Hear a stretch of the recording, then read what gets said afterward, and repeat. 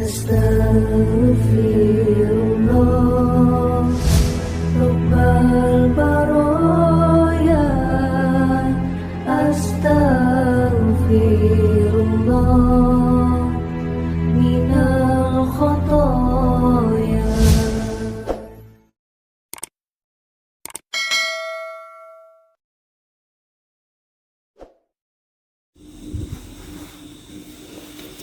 Assalamualaikum warahmatullahi wabarakatuh. Waalaikumsalam.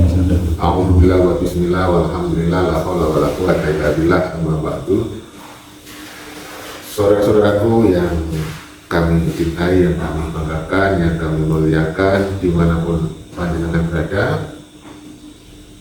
Pertama-tama tidak lupa kita selalu memanjatkan puja dan puji syukur ke Ilahi Rabbi, kepada Tuhan Yang Maha Esa, Allah Subhanahu wa Ta'ala, atas karunia-Nya hidayah dari Allah Subhanahu wa Ta'ala kita bisa berkumpul dalam keadaan sehat walafiat, tidak kurang suatu apapun, dan sholawat serta salam tetap kita sampaikan, kita haturkan pada junjungan kita Nabi Agung Muhammad Sallallahu Alaihi Wasallam yang senantiasa kita nanti syafaatnya di yaumul kiamah. Saudaraku, sebenarnya saya tidak punya apa-apa yang bisa saya bagi, tidak ada yang bisa saya sampaikan. Jadi apa yang keluar mohon untuk dimaklumi kalau nanti tidak dibutuhkan. Tapi yang pasti memang saya itu selalu merasa bahwa semakin kita itu menyadari siapa diri kita, justru kita itu semakin banyak hal yang harus kita perbaiki. Jadi ketika kita berusaha memperbaiki, hal yang paling penting adalah jangan merasa bisa, jangan bisa merasa sudah paling mengerti, sudah merasa sudah paling benar, karena pengalaman saya ketika perasaan-perasaan itu muncul, justru saya tidak berkembang, tidak ada yang tambah pada diri saya. Maka ketika saya itu selalu mengosongkan diri saya, ibaratnya gelas itu harus dikosongkan, baru akan diisi oleh hal baru. Jadi intinya kalau kita itu ingin selalu punya tambahan dan tambahan ilmu yang akan kita gunakan untuk bekal kita hidup di dunia dan di akhirat, maka kita harus selalu memberikan ruang, kita harus memberikan tempat untuk hadirnya ilmu-ilmu baru yang sebenarnya setiap saat akan selalu bertambah selama kita mau menyediakan tempat dan ruang untuk menerima ilmu itu. Selama ini ketika saya merasa bahwa saya adalah orang yang sudah paling benar, paling pintar, sudah merasa di atas, sudah merasa paling tinggi, justru saya merasa tidak bisa berkembang.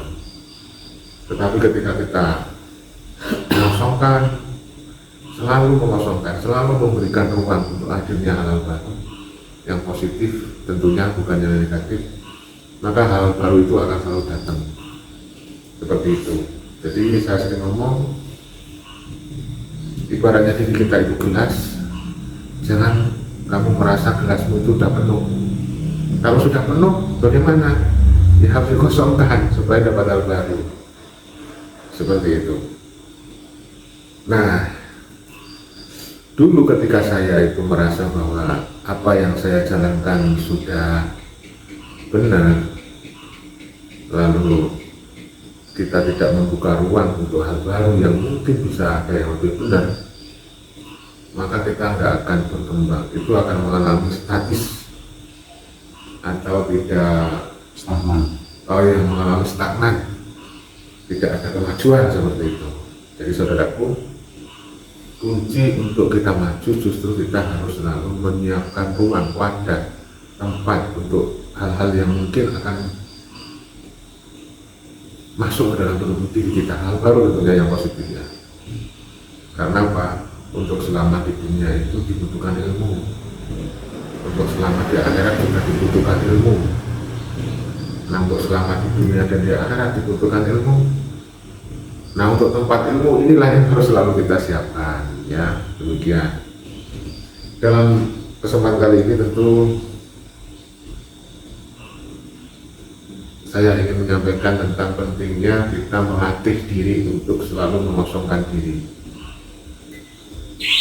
Mengosongkan diri dalam hal misalnya kita sedang berdiskusi sama teman ya. Kita kalau merasa bahwa kita itu membutuhkan, maka teman kita akan memberi gitu. Kalau kita merasa tidak membutuhkan, maka teman yang memberi pun tidak akan masuk ke dalam tubuh kita, padahal mungkin yang diberikan hal baru yang manfaat seperti itu. Makanya sebaiknya yang ada adalah saling memberi, ya, berdiskusi, ya, bukan berdebat. Seringkali itu kalau berdebat itu kita yang muncul adalah ingin menang-menangan, merasa paling benar, merasa paling benar.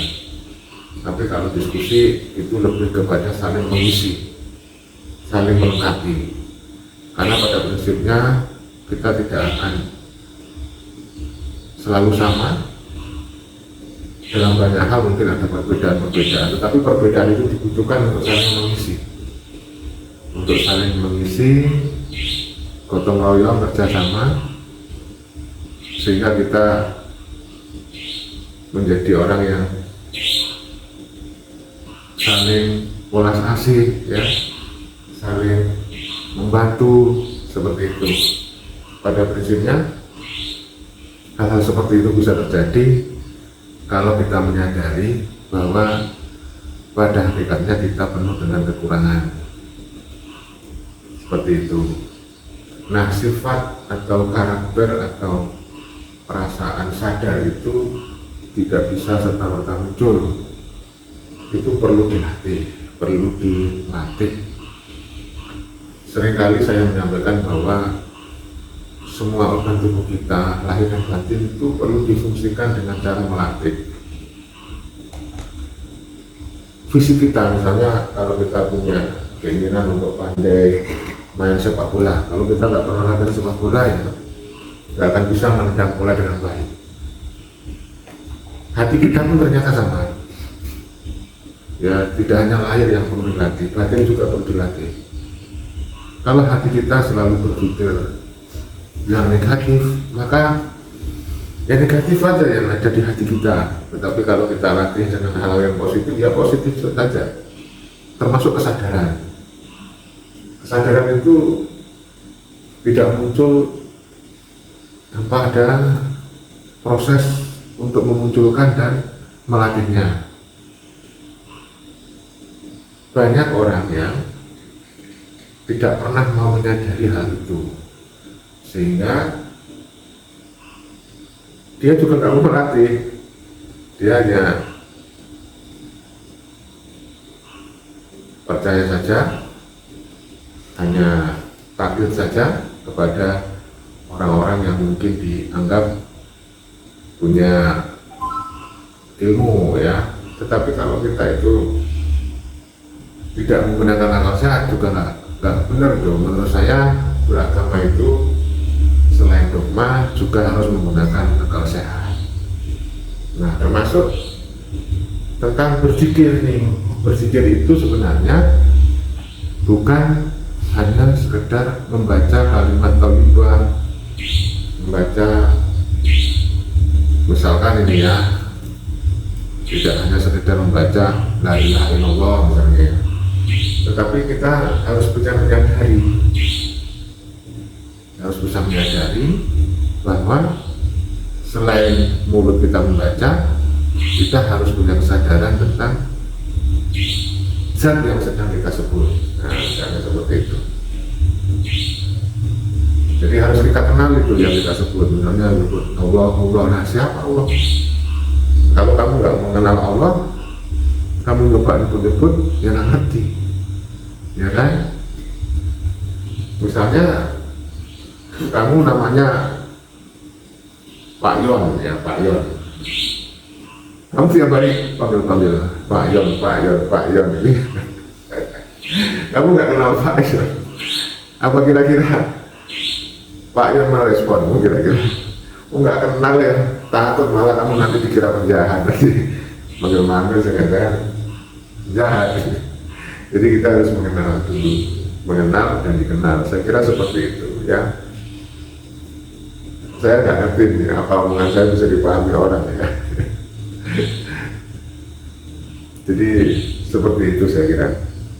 Nah, zikir nafas pun sama. Zikir nafas itu adalah sebuah latihan, sebuah proses untuk melatih kita sadar bahwa sebenarnya kita itu harus selalu selatun, istilahnya Mbak Bejo itu selatun ya, pada Allah. Iya, dulu. Jadi kalau nggak dilatih lurus kepada Allah, ya kita nggak akan bisa lurus kepada Allah. Pikiran kita akan kemana-mana, hati kita akan kemana-mana, seperti itu ya. Nah, untuk lurus kepada Allah, ya Anda harus melatih diri di sembarang tempat, di sembarang waktu, tidak terbatas ruang dan waktu. Kalau Anda seorang petani, ya ke sawah pun bisa Anda latih untuk sadar Allah. Sambil berkegiatan bertani, Anda tetap melakukan dengan sadar Allah, berjalan sadar Allah. Tetapi sebelum kemana-mana itu bisa sadar Allah, ya Anda harus melatih dengan diam dulu, sadar, melatih menghentikan cipta, yang kalau istilahnya ada lagi meditasi, ada istilahnya lagi apa, bersilah atau simpu atau apalah, tapi maksudnya adalah melatih untuk hening ya, untuk mengheningkan cipta. Kalau bahasa yang umum sering kita pakai pada satu acara bendera ya, mengheningkan cipta. Cuman pada saat kita mengheningkan cipta itu, kita dengan merasakan keluar masuknya nafas secara natural, menikmatinya nafas sambil berzikir Allah ya. Pokoknya dinikmati dan dirasakan keluar masuknya nafas sambil menyadari bahwa Anda itu dinafaskan, dihidupkan. Artinya kalau Allah yang memiliki, yang menciptakan kita ini, mengendaki nafas Anda berhenti, ya berhentilah nafas Anda, bukan Anda yang menghentikan nafas itu. Tetapi kalau Anda tidak bernafas, ya mati. Ya seperti itu. Saya kira seperti itu ya, betul yang bisa kita sampaikan teman-teman saudara-saudara semuanya. Mohon maaf kalau ada kekurangan, ada kesalahan, karena ini juga sebuah latihan untuk berbicara. Menyampaikan apa yang kita bisa sampaikan itu pun perlu latihan. Ya, mohon maaf kalau latihan saya ini kurang begitu menghibur atau tidak ada hikmahnya. Anggap aja ini apa ya, radio rusak. Ya itu aja, mohon maaf kalau ada salah-salah, maklum lah orang awam ini. Baik saudaraku, mohon maaf sekali lagi. Bila taufiq wal hidayah. Wassalamualaikum warahmatullahi wabarakatuh. Waalaikumsalam.